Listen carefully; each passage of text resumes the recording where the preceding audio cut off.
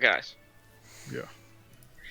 Fucking in just absolutely probably the most insane dream I've ever had. Okay. Yeah. Which From one what you've. are you saying first? Oh, okay. I guess I'll say the one I had a couple days ago first because uh this one is not as insane, but it's still weird. And then the one today is just fucking I don't even know, man. Okay, so a couple days ago, this dream. So I was on like a fucking superpower train, and it was just a bunch of people with superpowers and shit. And I was in like a class or something. And then Sky high. yeah, basically. And then so we fucking like go out. And my power was I could turn invisible or something. So I fucking like we were on this train, and it stopped somewhere, and the fucking leader of the class is like some woman with some necklace on, and I don't know why the necklace is important, but it was for some reason in my mind. And so we fucking get out and we go to like some fucking like abandoned like warehouse, and then we go in there and there's like some other dude with a necklace, and he starts like yelling at the woman. He was like, "No, join my side, kids." And she was like, "No, no, stay here." And then I basically just called them both. I was like, "No, you guys both suck. I'm leaving. You guys are fucking losers." And I fucking left. And then like, as I was leaving, like there was like a room full of like people in it, and they were like bad guys. I was like, "Oh fuck!" So I turned invisible and I like tackled one, and I started like beating him up. And then like a fucking guy like pulled a gun out on me, so I fucking like tackled him, and I like wrestled the gun. Actually, I didn't wrestle it out of his hand. I fucking like held his hand that like still had the gun in it, and I made him like shoot his friend in the fucking head. What the fuck? And then like I was just like fighting these people. And I literally just killed one with that fucking gun. And then like some fucking girl was like, "Oh man, this fucking guy," or she was like, she's like, "Man, I left that class too. You're definitely right. Those guys are both losers." I was like, "Yeah, I know." And so we fucking walk in this other room, and then there is a fucking guy. I shit you not, man. He's like there's like a skylight thing, and he's on the roof of like the skylight, and he's standing on top of the skylight, and he is holding a naked woman upside down, and is sucking on her tits. What the fuck? I don't know. And I'm like, "What the fuck?" And then he fucking just like he like basically just throws this woman aside because he sees us.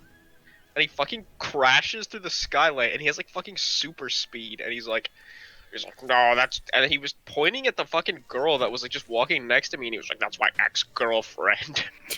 And he just tried to kidnap her. And then I woke up. So that was fucking weird. But this fucking dream, man, it blows that shit out of the fucking water. Okay, so I don't know if this is how it starts or if like there was something beforehand, but this is like all I remember of how it started.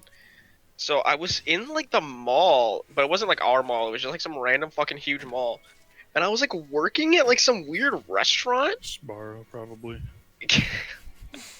I know it wasn't. I don't know what it was because, like, there was like some fucking Asian girl who was like probably our age, and she had like a thick, well, not thick, but like she had an Asian accent of some sort, and like we were working at this restaurant, and she was like, "Oh, can you do this for me?" And I was like, "Oh yeah," and so like she was like, "Put the fucking like these bacon bits in the fryer," and I was like, "Okay." So I pushed the thing down, and she was like, "Oh, thank you so much." She was like really happy about everything I did for some reason. And then like after the fucking shift had ended, apparently she was like, "Oh, do you want to go get ice cream over there?" And I was like, "Oh, okay."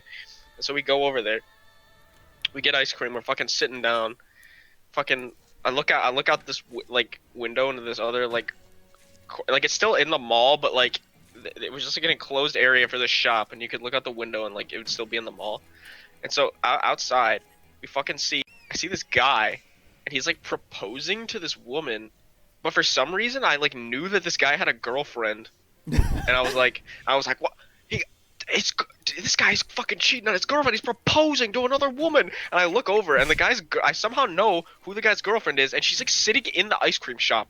So he's doing it like 20 feet from her. And I'm like, dude, what the fuck? This is fucked up. And then like he sees like some guy witnesses this, and he starts like pointing at the guy and like saying something, and he's like, what, like he knows what the guy's doing. Was it like he's cheating on his girlfriend? And then the guy fucking like points at the guy who was proposing, points at the guy who was like pointing at him, and he fucking like Kurt is a huge part of this dream, by the way. Kurt and like some other guys, they like grab him and like beat the shit out of him, and like until he is like knocked out. And then like Kurt comes inside and he's like really upset and he's like crying and stuff, and he's like, I didn't want to beat the shit out of him. Oh my god. I was like, oh no, it's okay, Kurt, it's okay, man. He sits down at our table. I'm like, Kurt, it's okay, bro. He's like, yeah, I was like, we gotta go to the police, Kurt. This guy's making people beat the shit out of me. He's like, no, I said if I went to the police, he would kill me. And I was like, oh no, Kurt, it's okay, we'll protect you. And he's like, it doesn't matter, my charisma level is low. And I was like, what? And then somehow he fucking points to this thing, and I see it somehow, and it's like a fucking screen, and it has like a charisma level on it, and his is like 100. And I'm like, Kurt, I was like, Kurt, that's not real. I was like, charisma level is not real. This is the best fucking thing, because we convince him, me and this Asian girl convince him that the fucking charisma level is not real, and he fucking becomes sloppy.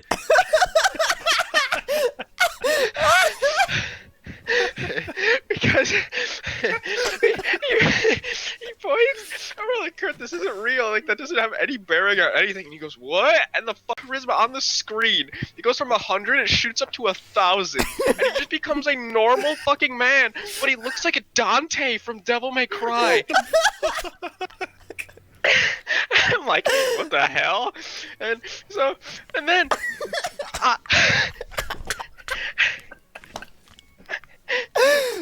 okay, and then I don't know. It goes. So you think that was off the rails, okay? It goes to a completely fucking batshit insane.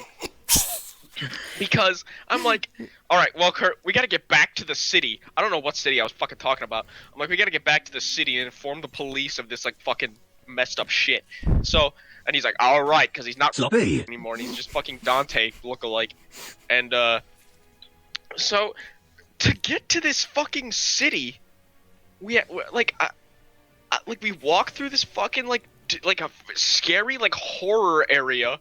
It's like some weird like rusty like abandoned part of like some building, and it's got like one of those old ass elevators where like you can still like see through the elevator or whatever, and you have to like close it like the door manually. Yeah. And I was like, oh, I've been here before. Watch out, there's like some traps. And I don't remember being there before. I just was there before apparently, and fucking.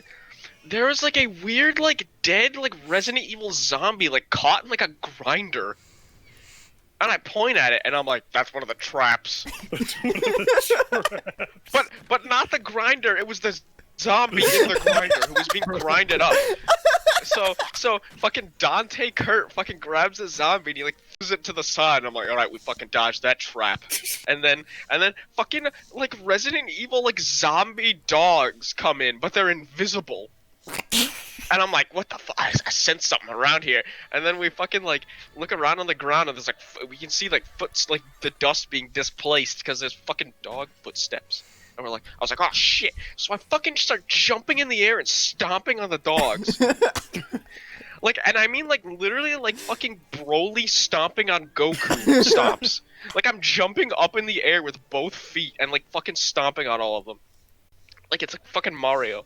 And I'm like, all right, sick. So we open this fucking door after we fucking get rid of these fucking in quotes traps. And so and there's like okay, so and then I don't know where these other two people came from. So it's me, fucking Kurt, Dante Kurt, fucking Asian girl who I don't know why is still here. And then these random two guys who look like stereotypical like circus bodybuilder dudes. And they're wearing like the fucking singlets and shit.